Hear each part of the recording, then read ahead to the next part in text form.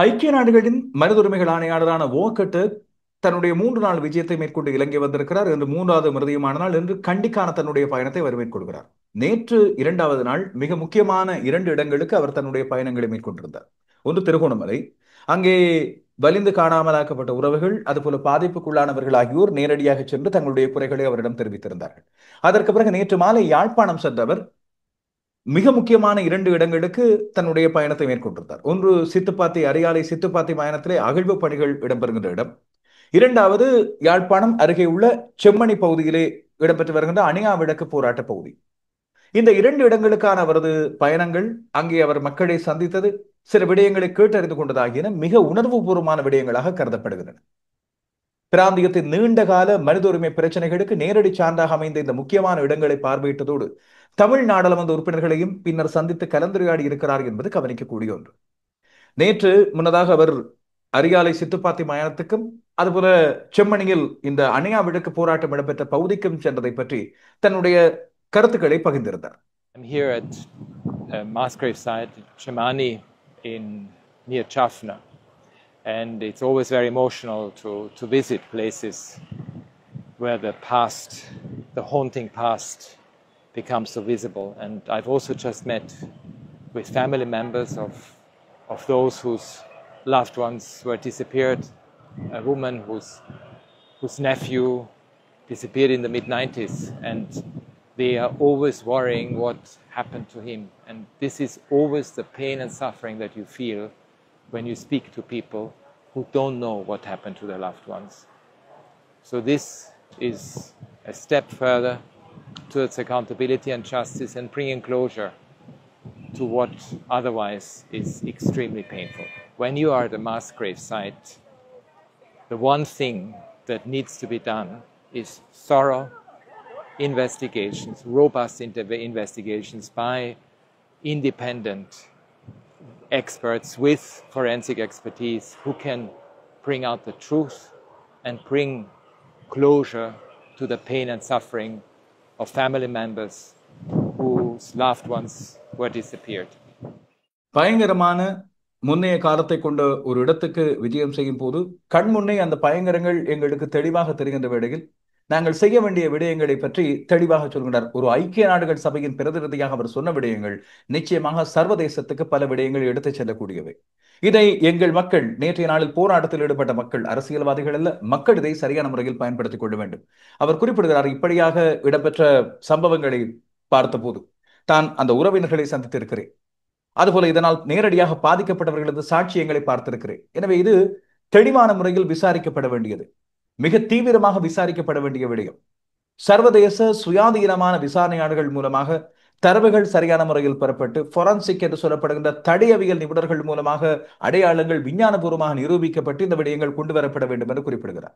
எனவே இது அக்கௌண்டபிலிட்டி என்று சொல்லப்படுகின்ற பொறுப்பு கூறல் மற்றும் இது பற்றிய தெளிவான விசாரணை, சர்வதேச விசாரணை போன்ற விடயங்களை அவர் வலியுறுத்தி இருப்பதாகவே நாங்கள் இங்கே எடுத்துக்கொள்ள வேண்டும். இதை நாங்கள் பயன்படுத்த வேண்டும். இந்த விடயம் ஒரு பொருத்தமான நபருக்கு போய் சேர்ந்திருக்கிறது.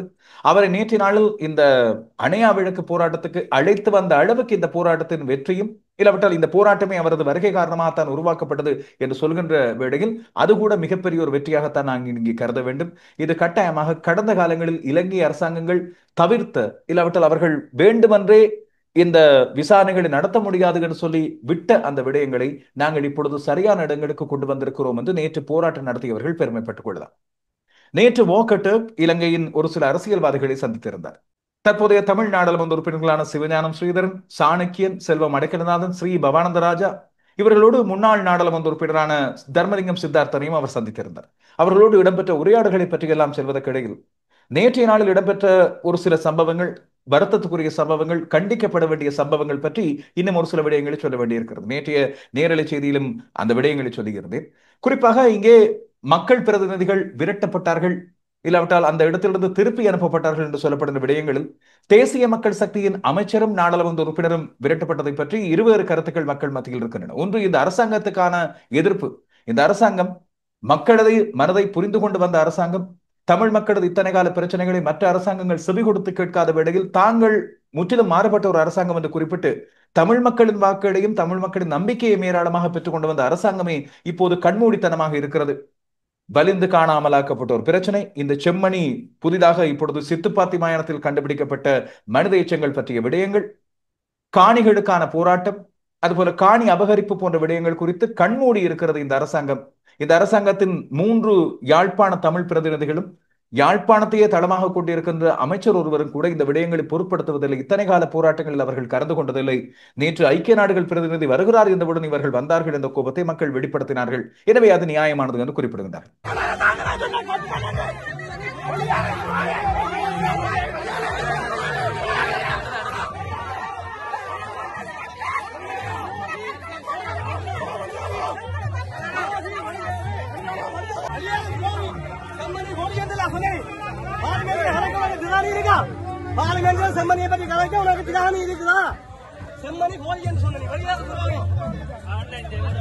மறுபக்கம் தமிழரசு கட்சியின் பதில் தலைவர் நேற்றைய நாளில் திருப்பி அனுப்பப்பட்ட செய்திகள் குறித்து முழுமையான சம்பவங்களை நாங்கள் எடுத்து பார்க்கும் வேளையில் அவர் அங்கே வந்து பல நிமிடங்கள் நின்று அந்த அணையா தீபத்துக்கான வழிபாட்டை செய்து வெளியே செல்லும் போதுதான் இந்த சம்பவம் இடம்பெற்றதாக ஏற்பாட்டாளர்களும் இப்பொழுது குறிப்பிடுகின்றனர். நான் நேற்று ஒரு விடயத்தை சொல்லியிருந்தேன். அவர் 2வது நாளும் அங்கே வந்திருந்தார். அந்த வேளையில் எந்த ஒரு குழப்பமும் ஏற்படவில்லை. எனவே நேற்று ஏற்பட்ட குழப்பம், திருப்பி அனுப்பப்பட்ட சம்பவத்தில் பொதுமக்களை பொதுமைப்படுத்தாதீர்கள், அது பொதுமக்களால் நடத்தப்பட்ட சம்பவம் கிடையாது என்ற விடயத்தை சொல்லுகிறது.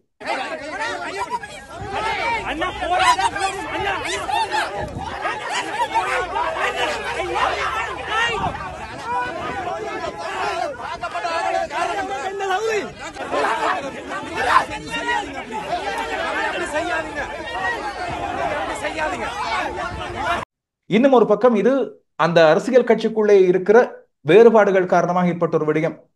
பகிரங்கமாக அவர்களது கட்சிகள் சேர்ந்தவர்களை சமூக வலைத்தளத்தில் இப்பொழுது மோதிக்கொள்கின்ற இடத்திலே இது மிக மிக அசிங்கமானது. தமிழ் தேசிய அரசியலுக்கு அருவருக்கத்தக்க விடயங்களை கொண்டு வருகின்ற ஒரு விடயம். ஒரு குறிப்பிட்ட அரசியல்வாதி தன்னுடைய கட்சியைச் சேர்ந்த தலைவரையை எதிர்க்கின்ற அளவுக்கு தன்னுடைய ஆதரவாளர்களை கொண்டு வந்திருக்கிறார் என்று குற்றம் சுமத்தப்படுகின்ற வேளையில் அந்த அரசியல்வாதியை நோவதா இல்லாவிட்டால் கட்சியின் தலைமையை நோவதா என்ற கேள்வியை ஒரு பக்கம் மக்களே கேட்கின்றார்கள். எனவே கட்சி இந்த பிரச்சனையை தீர்க்க வேண்டியது மிக முக்கியமானது. எனவே கட்சி அடையாளங்கள் இல்லாமல், அரசியல் அடையாளங்கள் இல்லாமல் நடத்தப்பட்ட ஒரு போராட்டத்திலே ஒரு கட்சியை மையப்படுத்தி இந்த பிரச்சனைகள், குழப்பங்கள் ஏற்படுகிறது என்று வரும்போது அது உண்மையில் எங்கள் ஒட்டுமொத்த தமிழ் இனத்தின் அடையாளத்துக்கு ஒரு களங்கமான விடயம். எனவே இந்த விடயங்கள் இனிமேல் நடக்கக்கூடாது என்பதை அழுத்தமாக நாங்கள் வலியுறுத்த வேண்டிய தேவை ஒன்று இங்கே இருக்கிறது. இதை பற்றியும் நாடாளுமன்ற உறுப்பினர் சாணக்கியன் நேற்றைய நாளில் இந்த வாக்கர் டர்க்கின் சந்திப்பு பற்றி தன்னுடைய கருத்துக்களை பகிர்ந்து கொண்ட வேளையில் ஒரு சில விடயங்களை சொல்லுகிறார். அதுவும் இந்த காணொலியின் பிற்பகுதியில் இருக்கிறது. ஐக்கிய நாடுகள் மனித உரிமை ஆணையாளர் வாக்கர் டர்க்கை சந்தித்தது பற்றி தங்களுடைய கருத்துக்களை நாடாளுமன்ற உறுப்பினர்களும் முன்னாள் நாடாளுமன்ற உறுப்பினர் தர்மலிங்கம் சித்தார்த்தனும் பகிர்ந்து கொள்கின்றனர். யாழ்ப்பாணத்தில் உள்ள பிரபல விருந்தகம் ஒன்றில் இந்த சந்திப்பு நேற்று மாலை இடம்பெற்றது. 1 முதல் 1.5 மணித்தியாலங்கள் இந்த சந்திப்பு இடம்பெற்றதாக சொல்லப்படுகிறது. ஐக்கிய நாடுகள் மனித உரிமை ஆணையாளரை நாடாளுமன்ற உறுப்பினர்களும் முன்னாள் நாடாளுமன்ற உறுப்பினரும் சந்தித்து மக்கள் எதிர்நோக்குகின்ற பிரச்சனைகள் மற்றும் இதர முக்கியமான விடயங்கள் குறித்து தங்களுடைய கருத்துக்களை பகிர்ந்து கொண்டார்கள். பல விடயங்களை ஐக்கிய நாடுகளின் மனித உரிமை ஆணையாளர் கேட்டறிந்து கொண்டதாக தெரிவிக்கப்படுகிறது. இன்றைய தினம் யாழ்ப்பாணத்தில் உள்ள இந்த விருந்தினர் விடுதியில் ஐக்கிய நாடுகள் மனித உரிமைகளுடைய ஆணையாளர் அவர்களையும் இலங்கைக்கான ஐநாவின் பதிவிட பிரதிநிதி மற்றும் அவருடைய காரியாலயம் சார்ந்த உத்தியோகத்தர்களோடு ஒரு இரவு உணவோடு கூடிய சந்திப்பு நடைபெற்றது. இந்த சந்திப்பிலே நாங்கள் கலந்து கொண்ட பொழுது மிக முக்கியமாக இன்றைய தினம் செம்மணி பகுதிக்கு வருகிற ஐக்கிய நாடுகள் மனித உரிமைகள் ஆணையாளருக்கு முதலிலே எங்களுடைய மனப்பூர்வமான நன்றிகளை தெரிவித்திருந்தோம். மனித எலும்புக்கூடுகளின் கூடாரமாக இருக்கின்ற செம்மணி புதைகுழி பகுதிக்கு உங்களுடைய பாதங்கள் பட்டதும் அந்த விடயத்தை நீங்கள் உங்களுடைய மனதிலே எடுத்துக்கொண்டிருப்பது கூட ஒரு வரலாற்றின் மிகப்பெரிய அடையாளமாக எங்களால் அவருக்கு கூறப்பட்டது. அதே நேரம் இந்த வலிந்து காணாமல் ஆக்கப்பட்ட அவர்கள் நிலப்பறிப்புகள் மற்றும் இந்த இடங்களில் இருக்கின்ற தொடர்ச்சியான மக்களுக்கு எதிரான விடயங்கள் தொடர்பிலே எங்களுடைய கருத்துக்களை அவர்களுக்கு முன்வைத்திருக்கிறோம். குறிப்பாக மக்களுடைய இந்த இன்றைய தினம் நடைபெறுகின்ற செம்மணி போராட்டமும் சரி, குருந்தூர் மலை, வெடுக்கனாரி மலை போன்ற இடங்களிலே மக்களுடைய காணிகளை பறிப்பது சம்பந்தமாகவும் சரி, அல்லது ஏனைய இடங்களில் இருக்கிற மக்கள் விரோத நடவடிக்கைகள், காணிகள் குறிப்பாக வலிகாமம் வடக்கிலே 2700 ஏக்கருக்கு மேற்பட்ட காணிகள் பறிக்கப்பட்டிருப்பது, விடுவிக்கப்படாமல் இருப்பது, மக்கள் தொடர்ச்சியாக போராட்டத்தில் ஈடுபட்டு கொண்டிருப்பது போன்ற விடயங்களை எல்லாம் முன்வைத்திருந்தோம். இந்த விடயங்களை தாங்கள் கருத்திலே கொள்வதாக குறிப்பிட்டிருக்கிறார். ஆனால் தொடர்ச்சியாக தாங்கள் இந்த விடயங்களை ஆராய்ந்து கொண்டிருப்பதாகவும் குறிப்பிடுகின்றார். இருந்தாலும் கூட இலங்கையிலே பொறுப்பு கூறல் என்பது இன்னும் ஒரு நேர்மையான கண்ணியமான முறையிலே முன்வைக்கப்படவில்லை. ஆகவே பொறுப்பு கூறலை பரிகார நீதியுடன் கூடிய ஒரு பொறுப்பு கூறலாக வலியுறுத்த வேண்டியதன் கட்டாயத்தை மிகவும் தெளிவாக அவர்களுக்கு எடுத்து கூறியிருக்கிறோம். அதிலேயும் குறிப்பாக எல்லா வகையாக தமிழ் மக்கள் இன்று எதிர்கொள்ளுகின்ற பிரச்சனைகளை அவர்கள் முன்வைத்திருக்கின்றனர். மன்னாரிலே தந்தை செல்வங்களுடைய சிலை சேதப்படுத்தப்பட்டது தொடர்பாக கட்சி மட்டத்தில் ஏதாவது தீர்மானம் நான் அறியல. அது சம்பந்தமாக எனக்கு தெரியல. அந்த சிலையின் சேதப்படுத்தப்பட்டதில் யாரால் நடந்தது நீங்க இப்ப சொல்ற பொழுதுதான் எனக்கு தெரியும். நான் அப்படி அது மறைஞ்சால் கட்சி மட்டத்தில் எடுக்கப்பட்ட நடவடிக்கைகள் இருந்தால் நான் சொல்றேன்.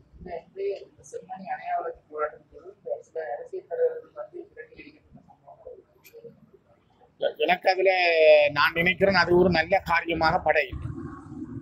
ஒரு போராட்டத்தை நடத்தியவர்கள் ஒரு பகுதியினர், அவர்கள் ஒரு போராட்டத்தை ஏற்பாடு செய்து அந்த போராட்டத்தினுடைய வேலுவை அதனுடைய கனதியை குறைக்கும் வகையில யார் செயல்பட்டாலும் அது ஒரு ஆரோக்கியமானது அல்ல. ஆகவே அந்த விடயம் தொடர்பாக யார் செய்திருந்தாலும் அதனை பிழையாகவே நான் பார்க்கிறேன். ஆணையாளருக்கும் தமிழ் அரசியல்வாதிகளுக்கும் இடையிலான ஒரு சந்திப்பு ஜெட்விங் ஹோட்டலிலே யாழ்ப்பாணத்தில் நடந்தது. உண்மையிலே 7 மணி தொடக்கம் கிட்டத்தட்ட சுமார் 8:45 வரைக்கும் இந்த சந்திப்பு நடந்தது. அதனைத் தொடர்ந்து ஐநா ஆணையாளரையும் ஏனைய சில வந்திருந்த பிரதிநிதிகளுடன் கலந்துரையாடி தான் வருகை தந்திருக்கின்றேன். மிக முக்கியமாக இந்த சந்திப்பானது எதிர்வரும் செப்டம்பர் மாதம் ஐநா மனித உரிமை பேரவையிலே ஒரு புதிய தீர்மானம் நிறைவேற்றப்பட வேண்டும். அந்த விடயத்துக்கு முன்பாக ஐநா மனித உரிமை ஆணையாளர் எங்களிடம் சொல்லியிருந்தார். தன்னுடைய வருகைக்கான பிரதானமான ஒரு காரணம், நான் ஐநா மனித உரிமை ஆணையரிடம் ஒரு சந்தேகத்தை எழுப்பியிருந்தேன். அதாவது தற்பொழுது நாட்டிலே இஸ்ரேல் ஈரான் பிரச்சனை போகின்றது, இஸ்ரேல் பலஸ்டைன் பிரச்சனை போகின்றது, பாகிஸ்தான் இந்தியா பிரச்சனை ஒரு பக்கம் போகுது, யுக்ரைன் ரஷ்யா பிரச்சனை போகுது. இப்படியான விடயங்கள் உலகத்திலே நடந்து கொண்டிருக்கும் பொழுது இலங்கை மீது இருக்கும் கவனம் அக்கறை சர்வதேச சமூகத்திலே குறையுமா என்ற சந்தேகம் எனக்கு இருக்கின்றது என்றதை நான் சொல்லியிருந்தேன். அதை சொன்ன பொழுது ஐநா மனித உரிமை ஆணையர் சொன்னார், தன்னுடைய இந்த விஜயத்தினுடைய ஒரு பிரதானமான நோக்கமே இலங்கையிலே நடந்த விடயங்களிலிருந்து சர்வதேசத்துடைய கவனம் இல்லாமல் போகக்கூடாதுன்றதுக்காகத்தான் இந்த விஜயம் குறிப்பாக தான் மேற்கொண்டதாக சொல்லியிருந்தார். இதிலே மிக முக்கியமாக நான் சொன்ன சில விடயங்கள், 16 வருடங்கள் கடந்தும் பாதிக்கப்பட்ட சமூகம் இன்று வரைக்கும் பெரும் கோபத்தில் இருக்கிறார்கள்.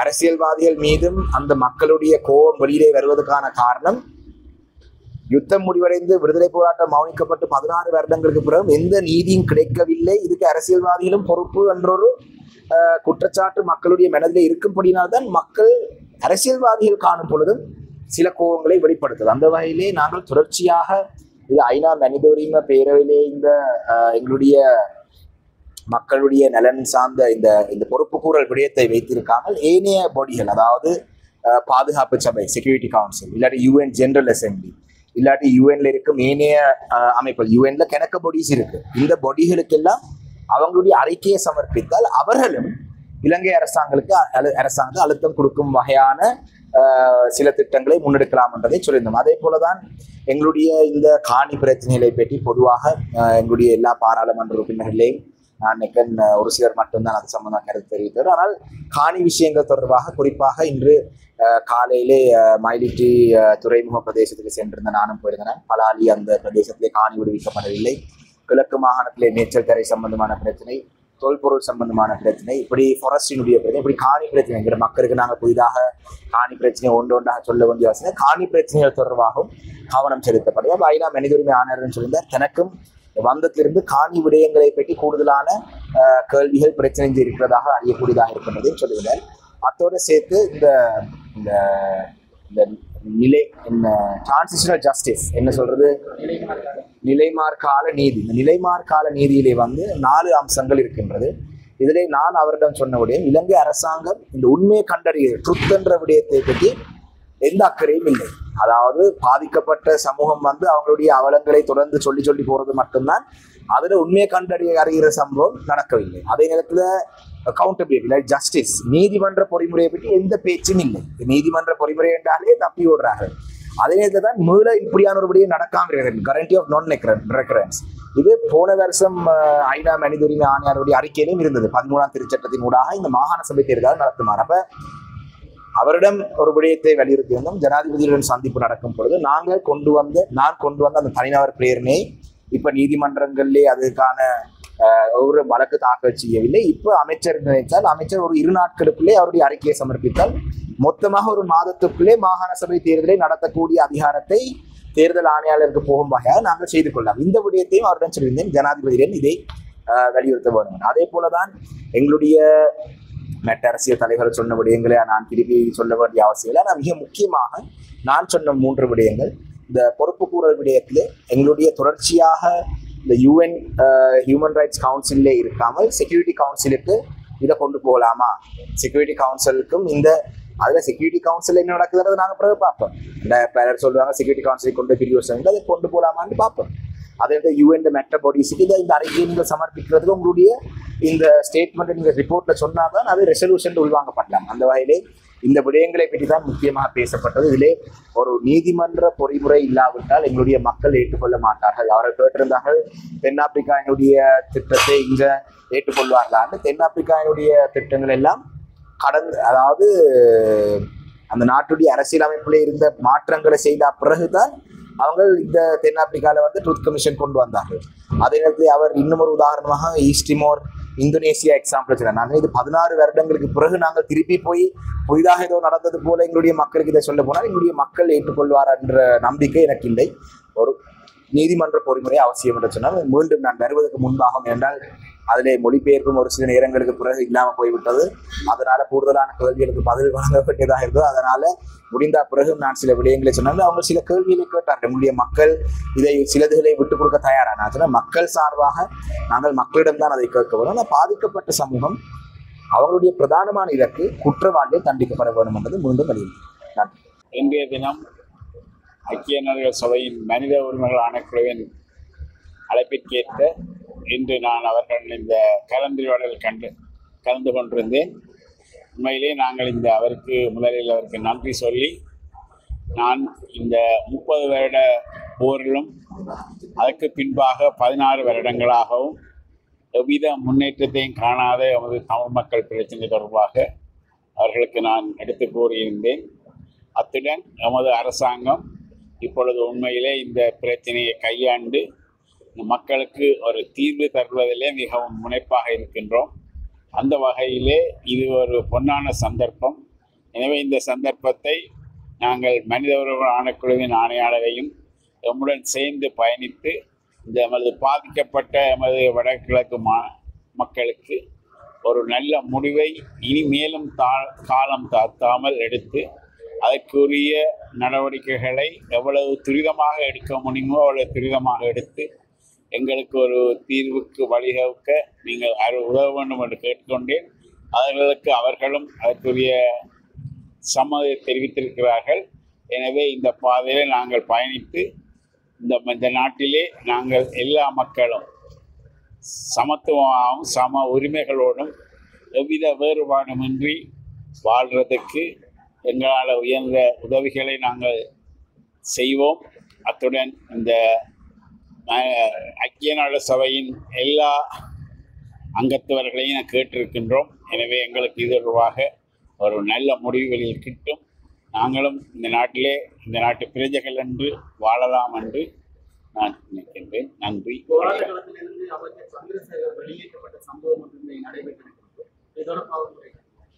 அது உண்மையிலேயே ஒரு கண்டித்தக்கது. எனில் ஒரு அஞ்சலி செய்ய போன இடத்திலே ஒருவரை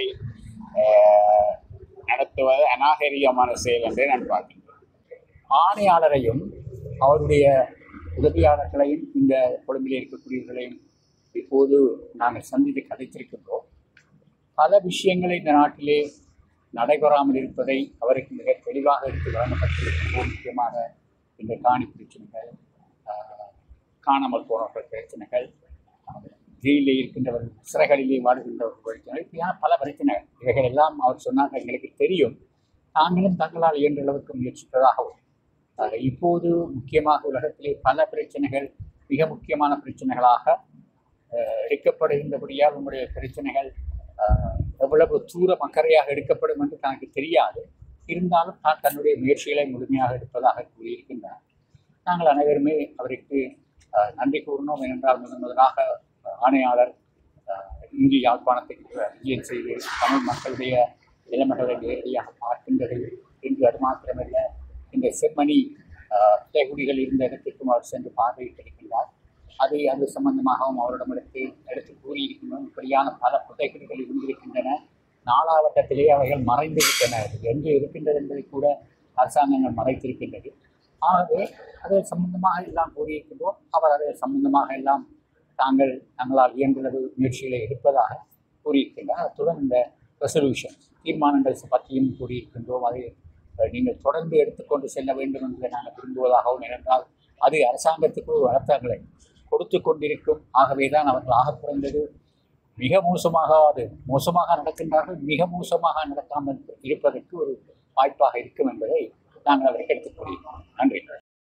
தமிழரசு கட்சியின் பதில் தலைவர் CVK சிவஞானம் நேற்றைய நாளில் அணையா விளக்கு போராட்டத்தின் மத்தியிலே அவர் திருப்பி அனுப்பப்பட்டார் என்று சொல்லப்படுகின்ற அந்த சம்பவம் குறித்து சாணக்கியன் அவர்கள் தன்னுடைய கருத்தை தெரிவிக்கிறார். இடைநடுவில் வெளியேறவில்லை. என்னிடம் முழுமையான காணொளி இருக்கின்றது. நாங்கள் அந்த இடத்துக்கு சென்று நாங்கள் பூ அஞ்சலி செலுத்தி அதுக்கு பிறகு ஒரு சில நிமிடங்கள் ஒரு 15-20 நிமிடங்களுக்கு மேல அந்த போராட்டக்காரருடன் நாங்கள் இருந்து அதுக்கு பிறகு ஊடக நண்பர்கள் இங்க இருக்கிற சிலரும் அங்கே இருந்திருப்பீங்கன்னு நினைக்கிறேன், இருக்கிறாங்களோ தெரியாது. ஊடக நண்பர்கள் சொன்னார்கள் அந்த இடத்துல பேட்டி கொடுக்க சொல்லி. அப்ப நான் சொன்னேன் இந்த இடத்தை பேட்டி கொடுக்க இயலாத. அப்ப அவர் சொல்றா இல்ல ஊடகம் பேட்டி கொடுக்கறதுக்காண்டி ஒரு இடம் இருக்கு, அங்க வாருங்கள் என்று சொன்னார்கள். அவடத்தை சென்று பேட்டி கொடுத்து எங்களுடைய செருப்பை காணலன்னு சொல்லி செருப்பை தேடி எடுத்து இதெல்லாம் நடந்தது. என்றால் அப்படி திடீரென்று நாங்கள் எழுப்பி அதுல செய்தியில முழுக்க போல அதே நாங்கள் வெளியிலே வந்த பிறகு அதுல ஒரு கும்பல், உங்களுக்கு தெரியும் அந்த கும்பல் யாருண்டு தெரியும், யாருண்டு கும்பல் சிலர் ஒரு அரசியல்வாதியுடைய ஒரு கும்பல். அதிலே குறிப்பாக கிளிநொச்சி மாவட்டத்தை சேர்ந்த ஒருவர் தான் அதிலே தலைமை தாங்கிக் கொண்டிருந்தார். எல்லாம் சமூகத்தில் இருக்கிற எல்லாருக்கும் தெரியும். அவர்கள் அதிலே நீங்கள் பார்த்தீங்கன்னா அந்த காணொலியை நான் உண்மையிலே வெளியில வந்தால் எனக்கு மிகவும் கவலையா இருந்தது. என்றால் நானும் எங்களுடைய கட்சியினுடைய தலைவர் அவர்களும் எங்களுடைய வடமாநில உறுப்பினர் சுயர்தன் அவர்களும் தான் நாங்கள் சென்றிருந்த. நாங்கள் வெளியே வந்த பொழுது என்னுடைய வாகனம் வலது கை பக்கம் தூரத்தில் நிற்பாட்டிருந்தது, தலைவருடைய வாகனம் இடது கை பக்கம் இருந்தது. அப்ப கிட்ட இருக்கிற வாகனத்துல லேசிதானே அப்ப கிட்ட இருக்கிற வாகனம் வரைக்கும் நான் எங்களுடைய தலைவர் இந்த பக்கத்துல நடந்து சென்றார். அந்த நேரத்தில் இந்த கும்பல் தான், இந்த கும்பலுக்கு தான் வேலை. அவடத்த போராட்டக்காரர்கள் எதுக்கு இல்லை, உள்ளுக்கு இருந்த தாய்மையார் எதுக்கு இல்லை, ஏற்பாடு குழுவினர் எதிர்ப்பு தெரிவித்தது வெளியில் இருந்த ஒரு கும்பல். உண்மையிலே இந்த தமிழ் சமூகத்துக்கே ஒரு அவமானப்படுத்தியவர்கள் தான் அவர்களை யாரென்று இந்த காணொலியிலே வச்சு இனம் கண்டு இனி வருங்காலங்களிலே இப்படியான மக்கள் போராட்டங்கள் செய்கிறவர்கள் அவர்கள் வராம பண்ணால்தான். இன்று உண்மையிலே ஐநா மனித உரிமை ஆணையரை கூட நான் சந்திக்கிறேன். நான் அவரது செம்மணியிலே பூதக்குழிக்கு மனித பூதக்குழிக்கான விசாரணைகள் நடத்தப்பட வேண்டும். ஃபொரென்சிக் எக்ஸ்பர்ட் எனக்கு இவரத்தை இன்றைக்கு வந்த குழுவினர்ல நான் ஒருத்தர் மட்டும்தான் அதை சொன்னேன். இலங்கை அரசாங்கத்துக்கு ஃபொரென்சிக், அதாவது இந்த மனித எச்சங்கள்ல DNA டெஸ்ட் செய்யக்கூடிய அளவுக்கான டெக்னாலஜி இல்லை. அது ரிப்போர்ட் இருக்கு, மிராக் ரஹீமன் ரிப்போர்ட். அப்ப நான் அதை சொன்னார். மிராக் ரஹீமன் இன்றைக்கு தங்களோட வந்தவங்களாம் அந்த இடத்தை பார்க்க, அவரும் சொன்னவரா. அப்ப போராட்ட களத்துக்கு சென்று விஷயத்தை உள்வாங்கி போய் சொல்ற நாங்கள் போராட்டங்களுக்கு வர வேணுமா, இல்லாட்டி வெளியிலே நின்று கொண்டு தங்களை கட்சியிலிருந்து நீக்க. இன்னும் ஒரு சிலருக்கு மதியம் 11-12 மணிக்கு வரி மது போதையில் இருந்தார்கள். அதுல நீங்க வடிவாக அந்த காணொலியை பார்த்த நான் இதை பற்றி கயக்கக்கூடாதுன்றதுனா இன்றைக்கு என்றால் கடைசியில் நீங்கள் இதை தான் செய்தியாக போடுவீங்க. ஐநால மனித உரிமை ஆணையர் சொன்ன விஷயம் செய்தியா போட மாட்டீங்க. சாணக்கியன் நடந்து வந்துடுறவாக விளக்கம் என்று நீங்க அதை தான் டெலிவிஷனா போடுங்க. ரெண்டையும் வேற போடுங்க. இந்த ரெண்டு முக்கியமான விஷயம். ஆனால் அதை நீங்க வடிவாக ஆராய்ந்தீங்கண்டா இந்த கும்பல், நான் பிறகு கேள்விப்பட்டேன் அந்த கும்பலை தலைமை தாங்க இயக்குறவர் மன்னிப்பும் கேட்டு வரான். அதை நீங்க உறுதிப்படுத்திக் கொள்ளுங்க. அந்த கும்பலை நீங்க யாருன்னு பாத்தீங்கன்னா அந்த கும்பலை சேர்ந்து 5 பேர் எங்கிற தலைவருக்கு பின்னுக்கு போறாங்க. 15 பேர் போராட்ட களத்துல நின்றாக்கள் இவங்களை வேண்டாம் போக சொல்றாங்க. 50 பேர் உங்களை போல இருந்தாக்கள் கேமராவோட நிக்கிறாங்க. அதை பார்த்தா ஏதோ 60-100 பேர் தலைவருக்கு போக சொன்னதாக தெரியும். நீங்க வடிவ காணொலி எடுத்து பாருங்க. அது எந்த கட்சி என்று தெரியாதுன்ற எங்க கட்சி இந்த நீக்கினவர் தான் நான் சொன்னேன். அதிலே மாவை சேனாதிராஜா ஐயாவுடைய மரண வீட்டிலேயும் இப்படியான குழப்பங்களை ஏற்படுத்த முயற்சித்தது இதே கும்பல் தான். அப்ப மக்கள் மிக தெளிவாக விளங்கிக் கொள்ள வேணும். இதிலே எங்களுக்கு எந்த பாதிப்பும் இல்லை, எங்களுக்கு இன்றைக்கு எந்த பாதிப்பும் இல்லை. இதிலே என்ன வளமையாக இப்படியான சம்பவங்கள் வந்து நடந்தால் அது 2-3 நாட்கள்ல மக்கள் மறந்துடுறார். ஆனால் ஒரு போராட்ட களம் என்று சொல்றது என்ன? வார ஐநா மனித உரிமையாளர்கள் இந்த இவ்வளவு கட்சியிலும் ஒன்றா சேர்ந்து வெளி வேற தரப்பெல்லாம் ஒன்றா சேர்ந்து இந்த மனித பூத குழிகளுக்கு சம்பந்தமான விசாரணைகள் செய்ய வேண்டும் என்று ஒரு பெரிய விஷயம் நடக்குதுன்றதான் காட்ட வேண்டும். நாங்களும் நினைச்சிருந்தால் அவரது வழியில வந்து இன்னார் தலைமையில வந்து இந்த கும்பல் தான் இப்படி செய்தது இப்படி என்று நாங்கள் சொல்லிட்டு வர்றாங்க. ஆனா அப்படியான கேவலமான அரசியல் செய்ய வேண்டிய அவசியம் எங்களுக்கு இல்லை என்றால் மக்களுடைய அங்கீகாரம் எங்களுக்கு. இதுல இன்னொரு விஷயத்தை சொல்றேன். மிக முக்கியமாக இந்த CVK சிவஞானம் ஐயா மீது இப்படியான சில எதிர்ப்புகளை கூடுதலாக சொல்றதுக்கான காரணம், யாழ் மாவட்டத்தில் 17 சபைகள்ல 11 சபைகள் இலங்கை தமிழரசு கட்சி கைப்பற்றதாலதான். ஒரு சிலர் நேற்று கொண்டிருந்தார்கள் இம்முறை தேர்தலோடு இலங்கை தமிழரசு கட்சி யாழ் மாவட்டத்திலிருந்து இல்லாம போய்விடும், அதுக்கப்புறம் தாங்களும் சேர்ந்து பாஞ்சி வேற சங்கு இப்படி எல்லாம் கூட்டணி உருவாக்கலாம் இருந்தார்கள். இப்ப உள்ளூராட்சி மன்ற தேர்தல் இலங்கை தமிழரசு கட்சி அதிக அளவான சபைகளை கைப்பற்றது பிறகு அவங்களோட திட்டங்கள் எல்லாம் படுத்து வைடு. அப்ப திருப்பியும் பழையபடி இந்த குழப்பல் வேலையில செய்கிறார்கள். இதை நீங்க பெருசுபடுத்தாம விட்டீங்கன்னா சரி. கவலையான விஷயம் பாருங்களேன். தந்தை செல்வாட சிலையை உடைச்சிருக்கிறாங்கன்னா இவ்வளவு கவலையான விடயம். எங்களுடைய கட்சியின் சார்பில் நான் எங்களுடைய பதில் தலைவரிடம் கேட்டு நான் ஒரு முறைப்பாடு ஒன்றை போலீஸ்லேயே செய்ய சொல்லி நான் நினைக்கிறேன். அவர் சொன்ன என்னுடைய மன்னர் மாவட்டத்திலே அதை செய்யும் என்று. உண்மையிலே இப்படியான கேவலமான செயல்பாடுகளை செய்வது மிகவும் ஒரு வன்மையாக கண்டிக்கப்பட வேண்டிய விஷயம். குற்றவாளிகள் தண்டிக்கப்பட வேண்டும்.